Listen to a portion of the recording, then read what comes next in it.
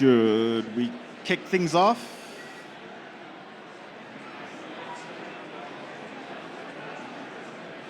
Awesome.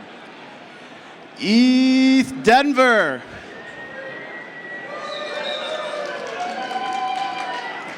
My name is Retro, and I'm here to talk about what the Spork is Maker Endgame. Maker has one of the most impactful votes coming up in the history of the DAO this month, and this is a little bit of an explainer about the problems that have been occurring, the solutions that we're trying to implement, and how that all comes together in the Endgame Plan. Before we get started though, real briefly again, my name is Retro, and my official title is still the intern of the Sustainable Ecosystem Scaling Core Unit. But I'm also filling in as the interim facilitator for the Collateral Engineering Services Core Unit, which is responsible for onboarding both real-world and decentralized collateral to the protocol. My journey to the DAO has basically been playing in data centers and trying to solve business problems with technology. It's also coordinating freight on the global scale. And these days, I work and play in DAOs.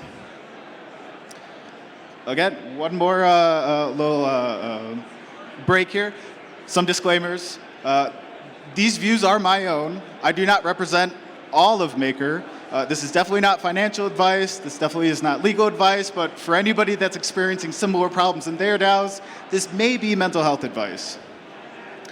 Again, just a summary of how the talk today will be broken down. And to start, we have to appreciate again that the DAO originally started as a foundation that looked to hand over ownership of this protocol to a decentralized organization.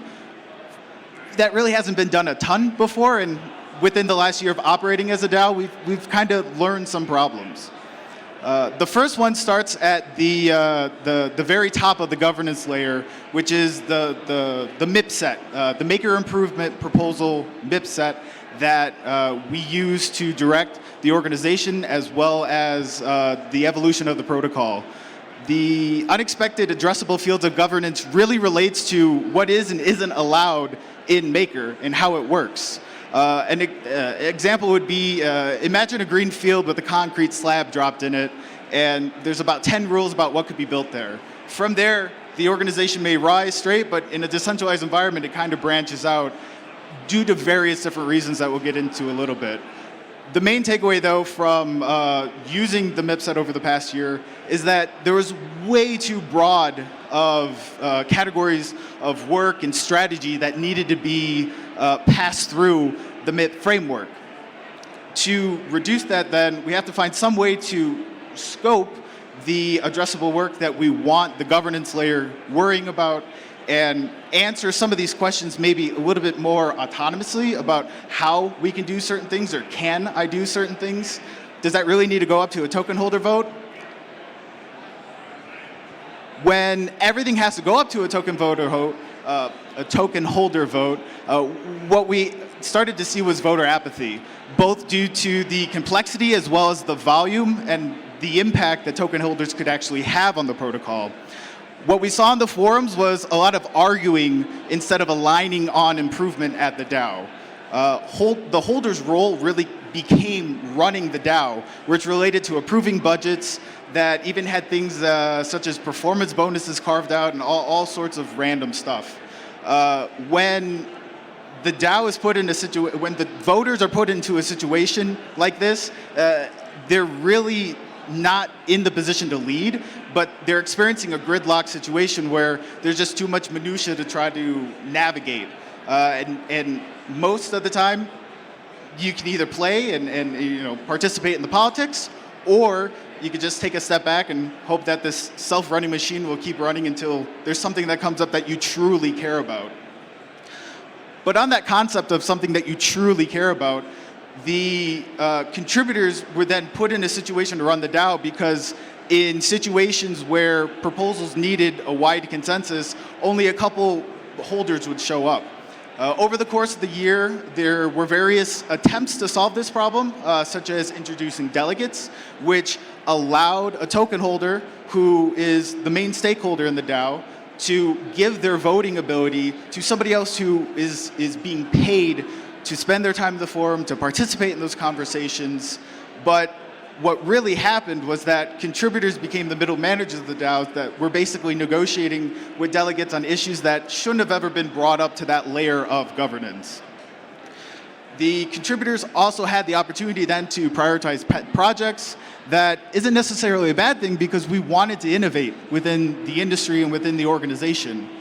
But going back to that addressable fields of governance again, the bureaucrats necessarily didn't want to promote this expansive evolution and introducing more teams and growing the workforce. It was more about making sure that their slice of the universe that they were playing in was more protected. Part of that as well is also hiding the complexity of work. So you have a group of token holders, a group of empowered delegates then that are responsible for voting, and a group of people doing the work, putting this up to a vote and saying, go at it on the forum, have fun.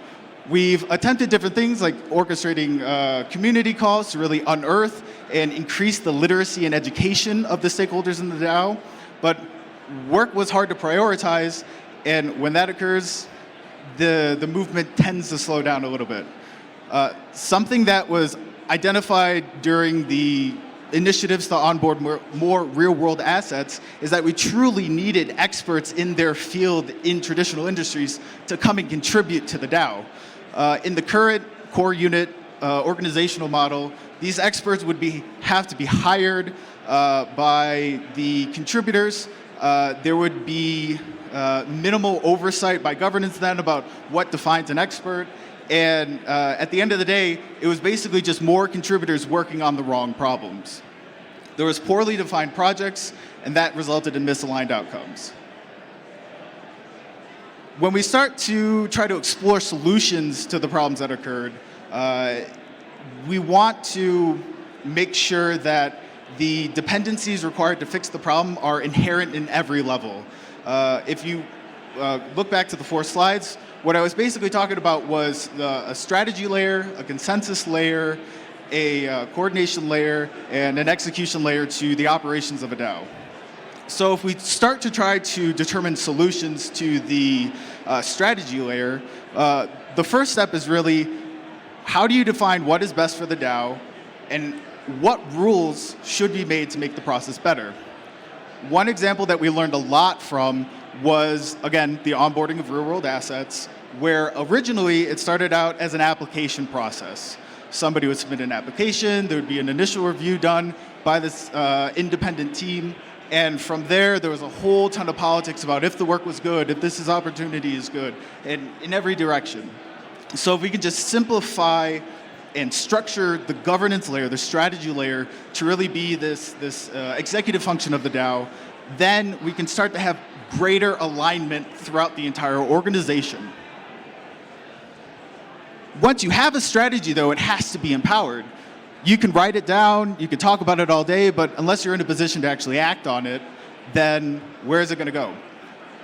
To do this, we want to both empower the strategy, but then also contain the politics. And contain the politics really appreciates and accepts that the DAO requires humans to operate. If we're going to go to the goal of accomplishing the goal of Maker, which is creating an unbiased world currency that operates as a public good, there's going to be a lot of people involved.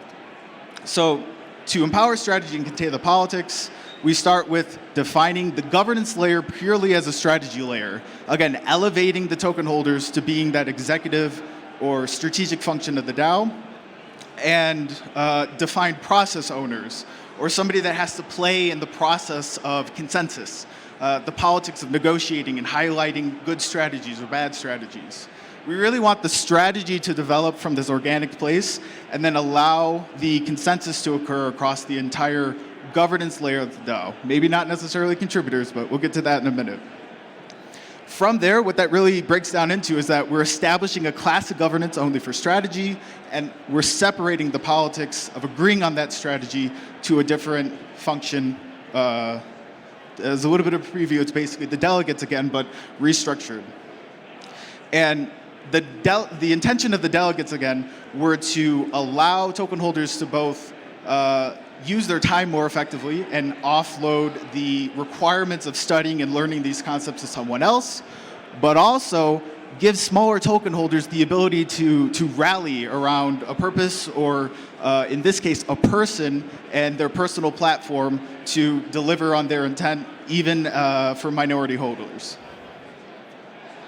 The solution that we believe identified for addressing the bureaucratic elements that occurred within the workforce at the DAO was that we really wanted to lean into this concept of experts.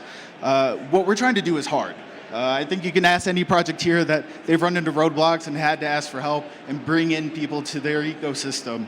And what that represents for Maker as a solution to bureaucracy is putting the expertise in the position to solve those hard problems, but also support building the strategy.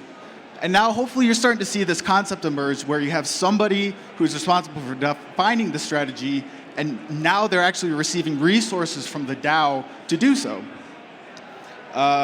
Once you have a well-defined strategy that's built by an expert, if you build it right the first way, then it becomes SOP, standard operating procedure, that anybody can use. And to me, this really represents the A of autonomy, which is allow people to come in and do work independently and put them in the position to deliver value. The other thing that processes do is that the processes then manage the workforce. If orchestrated correctly or set up correctly, you have this system of incentives and penalties for doing things the right way or doing things the wrong way. Lastly, again, for the hidden complexity of work, we believe that entrepreneurs are the real answer to this. Underneath the current core unit model, the independent teams receive funding or paid funds for their expenses, but they're not really put in a position to drive profit. They're not managing a P&L. It's the core unit's expenses and the DAO's profit. And this was a great experiment, and we've learned a lot that will lead into the end game portion of this presentation.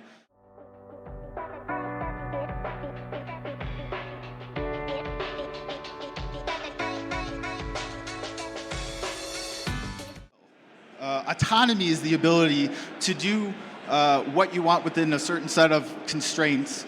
Free will is more of that greenfield exercise. So if we really want to be a DAO, the decentralized part is there, and it could be better. The A really needs to be developed, and the organization is going to represent the culmination of those two. So we've identified some problems. We've identified some solutions or some areas that have alleviated those problems. Now I think it's time to introduce Endgame. So Endgame may sound a little scary, may have some negative connotations, but the main focus of the concept of an endgame is to put things in a process so that things are just done more consistently from learnings and using the frameworks. The best example of this is chess. Back in the 1950s, when computers were first getting started, grandmasters would use these frameworks to basically programmatically follow the first 5 moves to put themselves in a better position to win.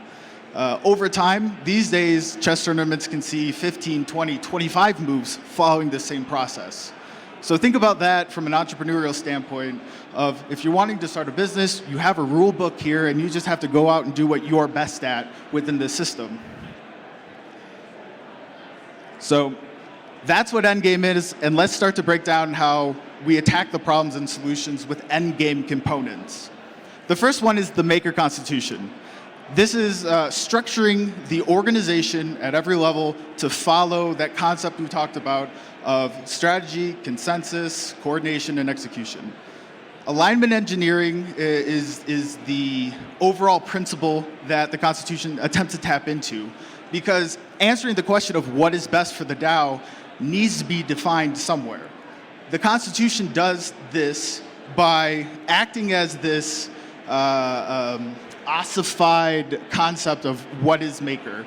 It's written down, it's voted on, and again, towards the end of March, we'll see if the Maker Constitution in its current form is accepted. The purpose-driven DAO again, relates to the unbiased global world currency and a public good.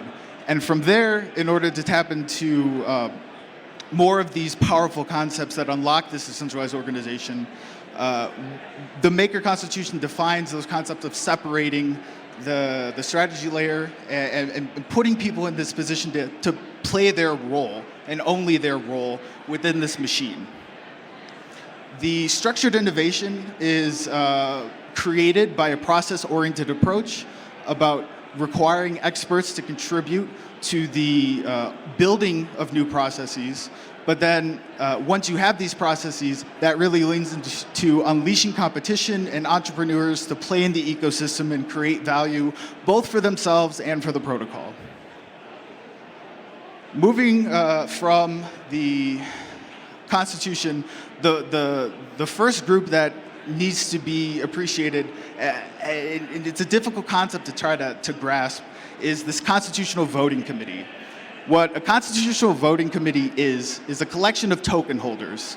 They have verified MKR in their wallets, and together they work on this strategy document that defines how Maker can accomplish its purpose-driven goal. It sets the strategy for the organization and then positions delegates to then support strategies. Today, token holders give their tokens to a delegate, voting power at least, and the only tool that they have is to remove the delegation and give it to somebody else. There's no alignment mechanism there. The constitutional delegates work as the politicians to create that alignment mechanism by setting up 2 delegation contracts that support 2 different strategies that CVCs create. From there, they play the role of the politician to work on building the consensus for the organization based on these well-defined strategies. Their work basically represents voter consensus by the way that MKR utility and incentives are created for staking and participating within the system. Now that we have how the organization works and how the organization agrees on things, we need to see how the organization can program itself. And the way that it does that is by creating focus areas known as scopes. The current draft of the Constitution defines 12 scopes, which talks about the requirements of decentralized collateral to be onboarded, as well as real-world asset collateral to be onboarded, as well as how stability and liquidity must be managed across those assets to create the stablecoin product and position it as best fit within the industry. The scopes are separate, and again, from the focus groups within the CVCs, there's a lot of alignment across who has an interest in what, who has expertise in what, and again, it's wrapped with this incentive mechanism in order to really make sure that the machine is operating effectively. Frameworks are what live within scopes. These are a dual-purpose document that both defines the scope area. So one clear example is saying that WBTC is not a decentralized asset because it does require a legal layer in order to pull it back and unwrap it. So that would be a real-world asset. That's one example with a couple different scopes. And I'll expand that across 12 different areas of the DAO. You have experts contributing across the product layer, the governance layer, as well as the workforce layer to create this self-sustainable machine. The last thing to bring up then is, what do we do with the workforce? How do we unearth the complexity of work? How do we enable entrepreneurs to participate in this system in a truly decentralized and autonomous way? The solution that's been brought to the table is the creation of SubDAOs, which would be independent DAOs in their own right that contribute and are holistically tied to the Maker core. There is probably an hour-long dissertation that I could give about the tokenomics and how the incentive mechanism works with replacing the burn engine with different mechanisms of value accrual and management. But the main thing for this talk, for this audience within the DAO, is that it structures the workforce into innovation teams that deliver against the frameworks. It also organizes the workforce into specialized areas. There's 3 classes of SubDAOs that allow the teams to specialize and deliver against certain scopes that allows, again, another layer of governance to participate within this alignment and searching mechanism about what opportunities are the best to deliver to the core. The SubDAOs also de-risk the core and remove the opportunity of personal pet projects being delivered because the tokenomics require certain layers of insurance, penalties that would be assessed if work wasn't delivered, as well as opportunities to leverage the core to its truest potential to deliver again on that purpose-driven mission. The Endgame Plan is being voted on this cycle in March. What we have up here is a growing ecosystem where the core is ossified and protected by the 3 rings of scopes, and there's various SubDAOs with their own culture and incentives and desires circulating around, all contained within the gravity of the Maker ecosystem. So if this sounds like something that interests you, if you're in strategy or if you're another project that wants to contribute to the ecosystem, start paying attention to the forums. If you have Maker, there's probably the biggest vote, like I said, of our history coming up. Why not participate and signal if you want to continue to participate or sit on the sidelines? But thank you, ETH Denver. I'm Retro from MakerDAO, and we are looking for designers, content producers, and governance designers as well. These slides were not great, and we would love any help, so thank you.